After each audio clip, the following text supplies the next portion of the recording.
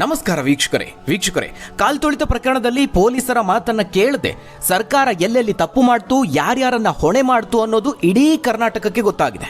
ಆದ್ರೆ ಇನ್ನೂ ಗೊತ್ತಿಲ್ಲದೆ ಇರುವ ಹಲವು ರಹಸ್ಯ ಸಂಗತಿಗಳಿವೆ. ಭದ್ರತೆ ಕೊಡೋದು ಅಸಾಧ್ಯ ಅಂತ ಪೊಲೀಸರು ಮೊದಲೇ ಹೇಳಿದ್ರು ಅನ್ನುವ ಸಂಗತಿ ಪೊಲೀಸ್ ಮೂಲಗಳಿಂದಲೇ ಬಯಲಾಗಿದೆ. ಆ ಮೂಲಕ ಸರ್ಕಾರದ ಮುಖವಾಡ ಬಟಾ ಬಯಲಾಗಿದೆ. ಅದರ ಹಿಂದಿನ ಒಂದೊಂದೇ ರಹಸ್ಯಗಳು ಈಗ ಸಿಡಿತಿದ್ದಾವೆ. ಅದೇ ರೀತಿಯಾಗಿ ಕುಮಾರಸ್ವಾಮಿ ಅವರು ಸಿಡಿಸಿದ ಒಂದು ಬಾಂಬ್ಗೆ ಒಂದು ದೊಡ್ಡ ತಲೆದಂಡ ಆಗಿದೆ. ಸರ್ಕಾರದ ದೊಡ್ಡ ವಿಕೆಟ್ ಒಂದು ಪತನ ಆಗಿದೆ ಅಂತ ಹೇಳ್ಬೋದು. ಎಲ್ಲವನ್ನ ತೆರೆದ ಪುಸ್ತಕದ ರೀತಿಯಲ್ಲಿ ತಮಗೆ ಬಂದಂತಹ ರಹಸ್ಯ ಮಾಹಿತಿಗಳನ್ನು ರಾಜ್ಯದ ಜನರ ಮುಂದೆ ಇಟ್ಟಿದ್ದಾರೆ. ಪೊಲೀಸರನ್ನ ಬಲಿಪಶು ಮಾಡಿದ್ದಕ್ಕೆ ವಿಪಕ್ಷ ಆಗಿರಬಹುದು, ಮಾಜಿ ಮುಖ್ಯಮಂತ್ರಿಗಳು, ಮಾಜಿ IPS ಅಧಿಕಾರಿಗಳು, ನಿವೃತ್ತ ಕಮಿಷನರ್ಗಳು ಸರ್ಕಾರದ ವಿರುದ್ಧವಾಗಿ ತಿರುಗಿ ಬಿದ್ದಿದ್ದಾರೆ, ಚೀಮಾರಿ ಹಾಕ್ತಿದ್ದಾರೆ. ಇದೇ ಸಂದರ್ಭದಲ್ಲಿ ಪ್ರಕರಣಕ್ಕೆ HD ಕುಮಾರಸ್ವಾಮಿ ಅವರು ಎಂಟ್ರಿ ಕೊಟ್ಟಿರುವಂಥದ್ದು. ಕುಮಾರಸ್ವಾಮಿ ಅವರು ಯಾವಾಗಲೂ ಸರ್ಕಾರದ ವಿರುದ್ಧವಾಗಿ ಆರೋಪಗಳನ್ನು ಮಾಡ್ತಿರ್ತಾರೆ ಅನ್ನೋದು ನಿಮ್ಮೆಲ್ಲರಿಗೂ ಗೊತ್ತು. ಆದರೆ ಈ ಬಾರಿ ಅವರು ಮಾಡಿದಂತಹ ಆರೋಪಕ್ಕೆ ಒಂದು ದೊಡ್ಡ ವಿಕೆಟ್ ಬಿದ್ದಿದೆ. ಇನ್ನು DK HDK ಮಧ್ಯೆ ಸಮರ ಈಗ ತಾರಕಕ್ಕೇರಿದೆ. ಈ ಹಿಂದೆ ಕೇತಗಾನಹಳ್ಳಿ ಪ್ರಕರಣದಲ್ಲಿ ಕುಮಾರಸ್ವಾಮಿ ಅವರಿಗೆ ಒಂದಷ್ಟು ಹಿನ್ನಡೆ ಆಗಿತ್ತು. ಆಗ DK ಅವರಿಗೆ ಅವಕಾಶ ಸಿಕ್ಕಿತ್ತು. ಈಗ ಕುಮಾರಸ್ವಾಮಿ ಅವರು ಸಹ ಒಂದು ವಿಡಿಯೋ ಬಿಟ್ಟಿದ್ದಾರೆ. ರಾಜ್ಯದ ಜನತೆಯ ಮುಂದೆ ಸರ್ಕಾರದ ಮುಖವಾಡವನ್ನು ಬಯಲು ಮಾಡ್ತೀನಿ ಅಂತ ಶಪಥ ಮಾಡಿದ್ದಾರೆ. ಆಟಗಾರರ ಜೊತೆಗೆ ಫೋಟೋ ಕ್ಲಿಕ್ಕಿಸಿಕೊಂಡಂತಹ DK ಅವರು ಈಗ ಕುಮಾರಸ್ವಾಮಿ ಅವರ ಕೈಯಲ್ಲಿ ಸರಿಯಾಗಿ ತಗಲು ಹಾಕೊಂಡಿದ್ದಾರೆ. DK ಅವರಿಗೆ ಬ್ಯಾಕ್ ಟು ಬ್ಯಾಕ್ ಶಾಕ್ ಕೊಡ್ತಿದ್ದಾರೆ, ಸರ್ಕಾರಕ್ಕೆ ಪೆಟ್ಟು ಕೊಡ್ತಿದ್ದಾರೆ. ಹಾಗಾದ್ರೆ ಕುಮಾರಸ್ವಾಮಿ ಅವರು ಬಿಚ್ಚಿಟ್ಟಂತಹ ರಹಸ್ಯಗಳೇನು? ಸರ್ಕಾರದಲ್ಲಿ ಆದಂತಹ ತಲೆದಂಡ ಯಾರದ್ದು? RCB ಹಿಂದೆ ಹೋಗಿ ವಿಲ ಒದ್ದಾಡುವಂತಹ ಪರಿಸ್ಥಿತಿ ಬಂತ ಸರ್ಕಾರಕ್ಕೆ. ಏನಿದು ಸಿದ್ದು DK ಮಹಾ ಎಡವಟ್ಟು? ರಾಜ್ಯ ರಾಜಕೀಯದಲ್ಲಿ ಏನಿದು ಕೋಲಾಹಲ? ಆ ಬಗ್ಗೆ ಒಂದು ವರದಿ ಇದೆ, ನೋಡೋಣ. ವೀಕ್ಷಕರೇ, ಈ ಕಾಲ್ತುಳಿತ ಪ್ರಕರಣದಲ್ಲಿ ಯಾರ್ಯಾರು ಹೊಣೆಯಾಗಿದ್ದಾರೆ ಅನ್ನೋದು ನಿಮ್ಮೆಲ್ಲರಿಗೂ ಗೊತ್ತು. ಆದರೆ ಸರ್ಕಾರ ಮಾತ್ರ ಪೊಲೀಸರನ್ನ ಬಲಿಪಶು ಮಾಡಿದೆ. ಹಲವು ಪೊಲೀಸ್ ಅಧಿಕಾರಿಗಳನ್ನ ಅಮಾನತು ಮಾಡಿದೆ. ಅಷ್ಟೇ ಯಾಕೆ, ಬೆಂಗಳೂರು ಪೊಲೀಸ್ ಕಮಿಷನರ್ ಅನ್ನೇ ಅಮಾನತು ಮಾಡಿದೆ. ಒಂದು ತಪ್ಪಿನಿಂದ ತಪ್ಪಿಸ್ಕೊಳ್ಳೋದಕ್ಕೆ ಹೋಗಿ ಈಗ ಮತ್ತೊಂದು ಎಡವಟ್ಟನ್ನು ಮಾಡಿಕೊಂಡಿದೆ. ಸರ್ಕಾರದ ಈ ರಾತ್ರೋರಾತ್ರಿ ನಿರ್ಧಾರಕ್ಕೆ ಆಕ್ರೋಶ ಭುಗಿಲೆದ್ದಿದೆ. IPS IAS ಅಸೋಸಿಯೇಷನ್ ಕೂಡ ಸರ್ಕಾರವನ್ನು ಪ್ರಶ್ನೆ ಮಾಡೋದಕ್ಕೆ ಮುಂದಾಗಿದೆ. ಇಷ್ಟೆಲ್ಲ ಬೆಳವಣಿಗೆಗಳಾದರೂ ಸರ್ಕಾರದ ಮಟ್ಟದಲ್ಲಿ ಯಾವುದೇ ತಲೆದಂಡ ಆಗಿರಲಿಲ್ಲ. ಆದರೆ ಈಗ ಕುಮಾರಸ್ವಾಮಿ ಅವರು ಸಿಡಿಸಿದಂತಹ ಒಂದು ಬಾಂಬ್ಗೆ ಒಂದು ತಲೆದಂಡ ಆಗಿದೆ. ಪ್ರಮುಖವಾದಂತಹ ತಲೆದಂಡ ಅಂತ ಹೇಳ್ಬೋದು. ಈ ಘಟನೆಗೆ ಮುಖ್ಯಮಂತ್ರಿಗಳು, ಉಪಮುಖ್ಯಮಂತ್ರಿಗಳು ಹಾಗೆ ಗೃಹ ಸಚಿವರೇ ಪ್ರಮುಖ ಕಾರಣ ಅಂತ ಎಲ್ಲರೂ ಈಗ ಸರ್ಕಾರದ ವಿರುದ್ಧವಾಗಿ ಮುಗಿಬೀಳ್ತಿದ್ದಾರೆ. ಈ ಘಟನೆಗೆ ಕಾರಣ ಆಗಿದ್ದು ತರಾತುರಿಯಲ್ಲಿ ಮಾಡಿದಂತಹ 2 ಸಂಭ್ರಮಾಚರಣೆ. ಒಂದು ವಿಧಾನಸೌಧದ ಮುಂದೆ, ಇನ್ನೊಂದು ಚಿನ್ನಸ್ವಾಮಿ ಕ್ರೀಡಾಂಗಣದಲ್ಲಿ. ಈ ವಿಧಾನಸೌಧದ ಮುಂದೆ ಈ ತರಾತುರಿಯ ಸಂಭ್ರಮಾಚರಣೆಯ ಹಿಂದೆ ಮುಖ್ಯಮಂತ್ರಿಯವರ ರಾಜಕೀಯ ಕಾರ್ಯದರ್ಶಿ K ಗೋವಿಂದರಾಜು ಅವರ ಪಾತ್ರವಿತ್ತು ಅನ್ನುವ ಆರೋಪ ಕೇಳಿ ಬರ್ತಾ ಇದೆ ಈಗ. ಹೀಗಾಗಿ CM ರಾಜಕೀಯ ಕಾರ್ಯದರ್ಶಿ ಹುದ್ದೆಯಿಂದ ಗೋವಿಂದರಾಜು ಅವರನ್ನ ಬಿಡುಗಡೆ ಮಾಡಲಾಗಿದೆ. ಅವರು ಹಾಲಿ ವಿಧಾನ ಪರಿಷತ್ನ ಸದಸ್ಯರು ಮತ್ತು ಕರ್ನಾಟಕ ಒಲಿಂಪಿಕ್ ಅಸೋಸಿಯೇಷನ್ನ ಅಧ್ಯಕ್ಷರು ಕೂಡ. ತರಾತುರಿಯಲ್ಲಿ ಸಂಭ್ರಮಾಚರಣೆ ಕಾರ್ಯಕ್ರಮವನ್ನು ಆಯೋಜಿಸಿದ್ದೆ ಆ 11 ಜನರ ಬಲಿಗೆ ಕಾರಣ ಅಂತ ಕೆಲ ಸಚಿವರುಗಳು ಈಗ ಅವರ ವಿರುದ್ಧವಾಗಿ ಗರಂ ಆಗಿದ್ದಾರೆ. ಈ ಬಗ್ಗೆ ಸಂಪುಟ ಸಭೆಯಲ್ಲೂ ಗೋವಿಂದರಾಜು ಅವರ ನಡೆಯನ್ನು ತೀವ್ರವಾಗಿ ಖಂಡಿಸಿದ್ದಾರೆ. ಇದರ ಬೆನ್ನಲ್ಲೇ ಇದೀಗ CM ರಾಜಕೀಯ ಕಾರ್ಯದರ್ಶಿ ಹುದ್ದೆಯಿಂದ ಇದೇ ಗೋವಿಂದರಾಜು ಅವರಿಗೆ ಗೇಟ್ ಪಾಸ್ ನೀಡಲಾಗಿದೆ. ಗೋವಿಂದರಾಜು ಅವರ ಒತ್ತಡದಿಂದಲೇ CM ಸಿದ್ದರಾಮಯ್ಯ ಅವರು ಕಾರ್ಯಕ್ರಮಕ್ಕೆ ಅನುಮತಿಯನ್ನು ನೀಡಿದ್ದಾರೆ ಅಂತ ಅವರ ವಿರುದ್ಧವಾಗಿ CM ಆಪ್ತರು ಈಗ ಆಕ್ರೋಶವನ್ನು ಹೊರಹಾಕ್ತಿರುವಂಥದ್ದು. ಸರ್ಕಾರದ ಮಟ್ಟದಲ್ಲಿ ಆದಂತಹ ಈ ಬೆಳವಣಿಗೆ ಬಹಿರಂಗ ಆಗಿರಲಿಲ್ಲ. ಆದರೆ ಕೇಂದ್ರ ಸಚಿವ HD ಕುಮಾರಸ್ವಾಮಿ ಅವರು ಒಂದು ಸುದ್ದಿಗೋಷ್ಠಿಯನ್ನು ಮಾಡ್ತಾರೆ. ಅದರಲ್ಲಿ ಗೋವಿಂದರಾಜು ಅವರ ವಿರುದ್ಧವಾಗಿ ಗಂಭೀರ ಆರೋಪವನ್ನು ಮಾಡಿದ್ದಾರೆ. ರಾಜ್ಯ ಕ್ರಿಕೆಟ್ ಅಸೋಸಿಯೇಷನ್ ಮೂಲಕವಾಗಿ ಏನು ಕಾರ್ಯಕ್ರಮ ಆಯೋಜನೆ ಮಾಡಿದ್ರು, ಅದರಿಂದಲೇ ಆದಂತಹ ಈ ಪ್ರಕರಣದಿಂದ ಸರ್ಕಾರ ಈಗ ತೀವ್ರ ಮುಜುಗರಕ್ಕೊಳಗಾಗಿದೆ. CM ಆಪ್ತರು ಗೋವಿಂದರಾಜು ಅವರ ವಿರುದ್ಧವಾಗಿ ತೀವ್ರ ಆಕ್ರೋಶವನ್ನು ಹೊರಹಾಕ್ತಿದ್ದಾರೆ. ಹೀಗಾಗಿನೇ ಸಿದ್ದರಾಮಯ್ಯ ಅವರು ತಮ್ಮ ರಾಜಕೀಯ ಕಾರ್ಯದರ್ಶಿ ಹುದ್ದೆಯಿಂದ ಗೋವಿಂದರಾಜು ಅವರನ್ನು ತೆರವುಗೊಳಿಸಿ ಆದೇಶವನ್ನು ಕೊಟ್ಟಿದ್ದಾರೆ. ವೀಕ್ಷಕರೇ, ಪ್ರಮುಖವಾಗಿ ಮಾಜಿ ಮುಖ್ಯಮಂತ್ರಿಗಳಾದ ಕುಮಾರಸ್ವಾಮಿ ಅವರು ಸುದ್ದಿಗೋಷ್ಠಿಯಲ್ಲಿ ಸಿಡಿಸಿದಂತಹ ಬಾಂಬ್ಗೇನೆ ಈ ಗೋವಿಂದರಾಜು ಅವರ ತಲೆದಂಡ ಆಗಿರುವಂಥದ್ದು.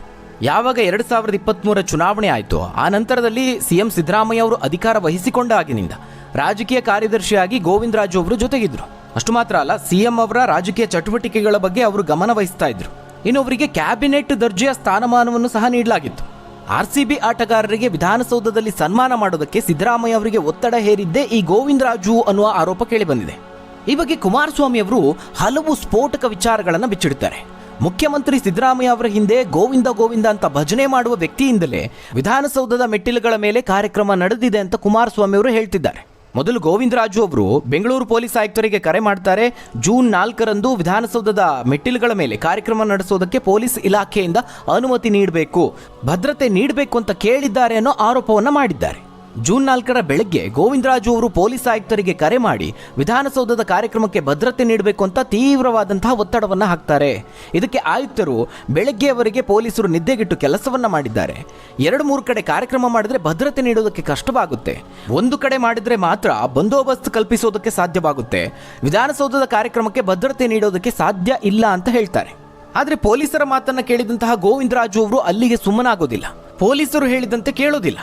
ಆಯುಕ್ತರ ಪ್ರತಿಕ್ರಿಯೆ ಬಳಿಕದಲ್ಲಿ ಗೋವಿಂದರಾಜು ಅವರು ಸಿಎಂ ಬಳಿಗೆ ಹೋಗ್ತಾರೆ. ಸಿಎಂ ಅವರು ಆಯುಕ್ತರನ್ನ ಕರೆಸಿ, ನಾನು ಈ ರಾಜ್ಯದ ಸಿಎಂ ಆದೇಶ ಮಾಡ್ತಾ ಇದ್ದೇನೆ, ವಿಧಾನಸೌಧದ ಕಾರ್ಯಕ್ರಮಕ್ಕೆ ಭದ್ರತೆ ಕೊಡಿ ಅನ್ನುವ ಸೂಚನೆಯನ್ನು ಕೊಟ್ಟಿದ್ದಾರಂತೆ. ಆಗ ಅನಿವಾರ್ಯವಾಗಿ ಪೊಲೀಸ್ ಕಮಿಷನರ್ ವಿಧಾನಸೌಧಕ್ಕೆ ಬಿಗಿ ಭದ್ರತೆಯನ್ನು ಹಾಕ್ತಾರೆ. ಆದರೆ ಯಾರಿಗೂ ಕೂಡ ವಿಡಿಯೋ ಕಾನ್ಫರೆನ್ಸ್ ಮೂಲಕವಾಗಿ ಸೂಚನೆಯನ್ನು ಕೊಟ್ಟಿರೋದಿಲ್ಲ. ಕಾಟಾಚಾರಕ್ಕೆ 3-4 ತುಕಡಿ ಭದ್ರತೆಯನ್ನು ಹಾಕಿರ್ತಾರೆ. ವಿಧಾನಸೌಧದಲ್ಲೇ ಕಾರ್ಯಕ್ರಮ ಮಾಡಬೇಕು, ನಾನು ಚಿನ್ನಸ್ವಾಮಿಗೆ ಹೋಗೋದಿಲ್ಲ ಅಂತ ಸಿಎಂ ಹೇಳಿದ್ರಿಂದಲೇ ಹೆಚ್ಚಿನ ಸಂಖ್ಯೆಯ ಪೊಲೀಸರನ್ನ ನಿಯೋಜನೆ ಮಾಡಲಾಗುತ್ತೆ ಅಂತ ಗಂಭೀರವಾದ ಆರೋಪವನ್ನು ಈಗ ಕುಮಾರಸ್ವಾಮಿ ಅವರು ಮಾಡಿರುವಂಥದ್ದು. ಇದಿಷ್ಟು ಸಿದ್ದರಾಮಯ್ಯ ಅವರ ವಿರುದ್ಧವಾಗಿ ಮಾಡಿದಂತಹ ಆರೋಪಗಳಾದರೆ, ಇನ್ನು ಡಿ ಕೆ ಶಿವಕುಮಾರ್ ಅವರ ಬಗ್ಗೆಯೂ ಕುಮಾರಸ್ವಾಮಿ ಅವರು ಹಲವು ಆರೋಪಗಳನ್ನು ಮಾಡಿದ್ದಾರೆ. ಅಷ್ಟಕ್ಕೂ ಡಿ ಕೆ ಶಿವಕುಮಾರ್ ಅವರು ಕನಕಪುರದ ಯಾವುದೋ ಒಂದು ಕೇಸ್ ಸಂಬಂಧ ಕೋರ್ಟ್ಗೆ ಹಾಜರಾಗಬೇಕು ಅಂತ ಆ ದಿನ ಅವರು ಕನಕಪುರಕ್ಕೆ ತೆರಳಿದ್ರು.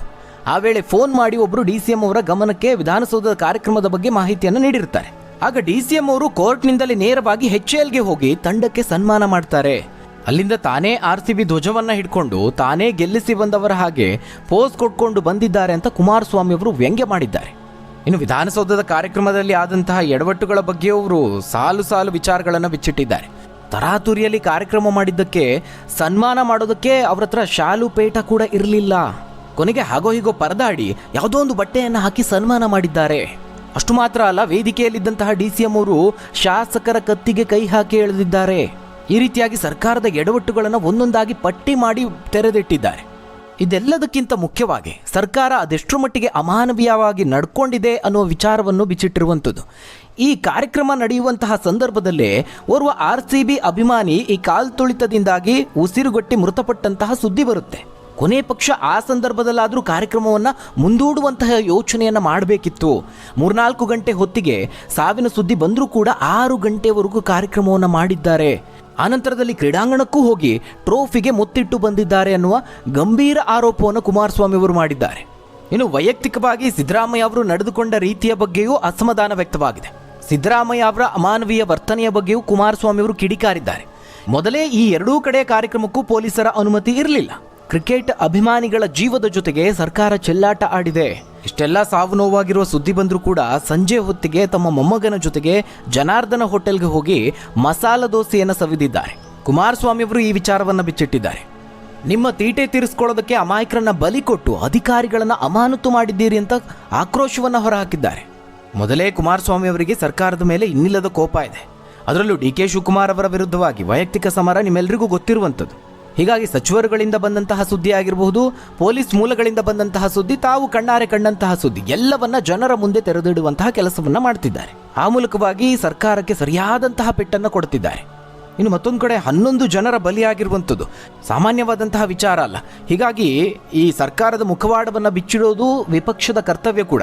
ಇಲ್ಲಿ BJPಗಿಂತ ಕುಮಾರಸ್ವಾಮಿ ಅವರು ಮುಂಚೂಣಿಯಲ್ಲಿ ಕಾಣಿಸ್ಕೊಳ್ತಾ ಇದ್ದಾರೆ. ಇನ್ನು ಸಾರ್ವಜನಿಕವಾಗಿಯೂ ಏನು ಆಕ್ರೋಶ ವ್ಯಕ್ತವಾಗ್ತಿದೆ ಅಂದರೆ, ಈ ಮಟ್ಟಿಗೆ ಬೇಜವಾಬ್ದಾರಿತನದ ಸರ್ಕಾರವನ್ನು ಇಡೀ ಕರ್ನಾಟಕ ಇತಿಹಾಸದಲ್ಲಿ ಯಾರು ಕೂಡ ನೋಡಿಲ್ಲ. ಹೀಗಾಗಿ ಸಹಜವಾಗಿ ಇವೆಲ್ಲವನ್ನ ನೋಡಿಕೊಂಡು ಓರ್ವ ಮಾಜಿ ಮುಖ್ಯಮಂತ್ರಿಯಾಗಿ ಸುಮ್ಮನಿರೋದಕ್ಕೆ ಸಾಧ್ಯ ಇಲ್ಲ. ಸರಿಯಾದ ರೀತಿಯಲ್ಲಿ ಸರ್ಕಾರದ ಬಂಡವಾಳವನ್ನು ಬಿಚ್ಚಿಡ್ತಾ ಇದ್ದಾರೆ. ಇನ್ನು ವೀಕ್ಷಕರೇ, ಈ ಘಟನೆಯ ಬೆನ್ನಲ್ಲೇ ಈ ಅಧಿಕಾರಿಗಳನ್ನೇನು ಅಮಾನತು ಮಾಡಿದ್ರು, ಇದರ ಬೆನ್ನಲ್ಲೇ ಮತ್ತೊಂದು ಇಲಾಖೆಯ ಅಧಿಕಾರಿಯನ್ನು ಅಮಾನತು ಮಾಡಲಾಗಿದೆ. CM ಕಾರ್ಯದರ್ಶಿಗೆ ಒಂದು ಕಡೆ ಗೇಟ್ ಪಾಸ್ ಕೊಡ್ತಾರೆ, ಅದರ ಬೆನ್ನಲ್ಲೇ ಮತ್ತೊಬ್ಬ ಅಧಿಕಾರಿಯನ್ನು ಕೂಡ ಎತ್ತಂಗಡಿ ಮಾಡಲಾಗಿದೆ. ಕರ್ನಾಟಕ ಗುಪ್ತಚರ ಇಲಾಖೆಯ ADGP ಹೇಮಂತ್ ನಿಂಬಾಳ್ಕರ್ ಅವರನ್ನ ಅಮಾನತಲ್ಲ ವರ್ಗಾವಣೆ ಮಾಡಿದ್ದಾರೆ. ಯಾಕಂದ್ರೆ ಈ ಪ್ರಕರಣದಲ್ಲಿ ಗುಪ್ತಚರ ಇಲಾಖೆಯ ವೈಫಲ್ಯನೂ ಕೂಡ ಕಾರಣ ಅನ್ನೋ ಆರೋಪ ಕೇಳಿ ಬಂದಿತ್ತಲ್ವಾ. RCB ಅಭಿನಂದನಾ ಸಮಾರಂಭ ವಿಜಯಯಾತ್ರೆಗೆ ಒಮ್ಮೆಗೆ ಇಷ್ಟೊಂದು ಜನ ಆಗಮಿಸ್ತಾರೆ ಅನ್ನುವ ಯಾವ ಸುಳಿವನ್ನ ಗುಪ್ತಚರ ಇಲಾಖೆ ಸರ್ಕಾರಕ್ಕೆ ಅಥವಾ ಪೊಲೀಸ್ ಇಲಾಖೆಗೆ ನೀಡಿಲ್ಲ ಅನ್ನೋ ಆರೋಪ ಇದೆ. ಆ ಒಂದು ಕಾರಣವನ್ನು ಕೊಟ್ಟು ಗುಪ್ತಚರ ಇಲಾಖೆಯ ADGP ವಿರುದ್ಧವಾಗಿ ಕ್ರಮ ಕೈಗೊಂಡಿರುವಂಥದ್ದು. ಆ ಮೂಲಕ ಸರ್ಕಾರ ತನ್ನನ್ನು ಉಳಿಸಿಕೊಳ್ಳೋದಕ್ಕೆ ಈ ವರ್ಗಾವಣೆ ಅಸ್ತ್ರವನ್ನ ಮತ್ತೊಬ್ಬ ಅಧಿಕಾರಿಯ ಮೇಲೆ ಪ್ರಯೋಗಿಸಿದೆ ಅಂತ ಹೇಳ್ಬೋದು. ಇಲ್ಲಿ ಗುಪ್ತಚರ ಇಲಾಖೆ ಮಾಹಿತಿ ಕೊಟ್ಟಿಲ್ಲ ಅನ್ನೋದಕ್ಕಿಂತ ಮಾಹಿತಿಯನ್ನು ತೆಗೆದುಕೊಳ್ಳದೇ ಇರೋದು ಕೂಡ ತಪ್ಪಾಗುತ್ತೆ. ಯಾಕಂದರೆ ಇಂತಹದೊಂದು ಕಾರ್ಯಕ್ರಮವನ್ನು ಸರ್ಕಾರ ಹಮ್ಮಿಕೊಳ್ತಾ ಇದೆ ಅಂತ ಗುಪ್ತಚರ ಇಲಾಖೆಗೂ ಮಾಹಿತಿ ಇರಬೇಕಲ್ವಾ. ಬಹುಶಃ ಅವರಿಗೆ ಮಾಹಿತಿ ಇಲ್ಲದೆಯೂ ಕೂಡ ಇರಬಹುದು. ಇಷ್ಟು ದೊಡ್ಡ ಮಟ್ಟದಲ್ಲಿ ಕಾರ್ಯಕ್ರಮವನ್ನು ಆಯೋಜನೆ ಮಾಡುವಂತಹ ಸಂದರ್ಭದಲ್ಲಿ ಗುಪ್ತಚರ ಇಲಾಖೆಯ ಮಾಹಿತಿ ಇರಲೇಬೇಕಾಗುತ್ತೆ. ಆದರೆ ಇದರಲ್ಲಿ ಸರ್ಕಾರ ಎಡವಿದೆ, ಪೊಲೀಸ್ ಇಲಾಖೆ ಕೂಡ ಎಡವಿದೆ. ಪ್ರಮುಖವಾಗಿ ಗುಪ್ತಚರ ಇಲಾಖೆಯ ಮಾಹಿತಿ ಶಿಫಾರಸನ್ನು ಪಡೆದುಕೊಂಡೇ ಇಂತಹ ಕಾರ್ಯಕ್ರಮವನ್ನು ಆಯೋಜನೆ ಮಾಡಬೇಕಾಗಿತ್ತು. ಅದರ ಬದಲಾಗಿ ದಿಢೀರಂತ ಆಯೋಜನೆ ಮಾಡಿದ್ದೇ ಈ ಸಮಸ್ಯೆಗಳಿಗೆ ಕಾರಣ ಆಗಿರುವಂಥದ್ದು. ಸ್ವತಃ ಸಿಎಂ DCM ಈ ವಿಚಾರವನ್ನು ಒಪ್ಕೊಂಡಿದ್ದಾರೆ. ಇಷ್ಟೊಂದು ಪ್ರಮಾಣದಲ್ಲಿ ಜನ ಬರ್ತಾರೆ ಅಂತ ನಿರೀಕ್ಷೆ ಕೂಡ ಮಾಡಿರಲಿಲ್ಲ ಅಂತ ಅನಾಹುತದ ಬಳಿಕ ಹೇಳಿದ್ದಾರೆ. ಅಲ್ಲಿಗೆ ಗುಪ್ತಚರ ಇಲಾಖೆಯ ಶಿಫಾರಸನ್ನು ಪಡೆದುಕೊಂಡಿಲ್ಲ ಅನ್ನೋದು ಸ್ಪಷ್ಟವಾಗಿದೆ. ಒಟ್ಟಾರೆಯಾಗಿ ತಮ್ಮ ತಪ್ಪುಗಳನ್ನು ಮುಚ್ಚಿ ಹಾಕೋದಕ್ಕೆ ಮತ್ತಷ್ಟು ಎಡವಟ್ಟುಗಳನ್ನು ಮಾಡ್ಕೊಳ್ತಾ ಇದೆ. ಈ ಅಧಿಕಾರಿಗಳನ್ನು ಅಮಾನತು ಮಾಡುವ ಮೂಲಕವಾಗಿ, ವರ್ಗಾವಣೆ ಮಾಡುವ ಮೂಲಕವಾಗಿ ಜನರಿಗೂ ಕೂಡ ಮೋಸ ಮಾಡ್ತಾ ಇದೆ ಅಂತ ಹೇಳ್ಬೋದು.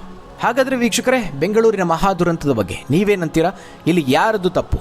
ಸರ್ಕಾರ ಮಾಡಿದಂತಹ ಎಡವಟ್ಟುಗಳೇನು? ತಪ್ಪದೆ ನಿಮ್ಮ ಅನಿಸಿಕೆ, ಅಭಿಪ್ರಾಯವನ್ನು ಕಮೆಂಟ್ ಮೂಲಕವಾಗಿ ತಿಳಿಸಿ. ಧನ್ಯವಾದಗಳು ವೀಕ್ಷಕರೇ.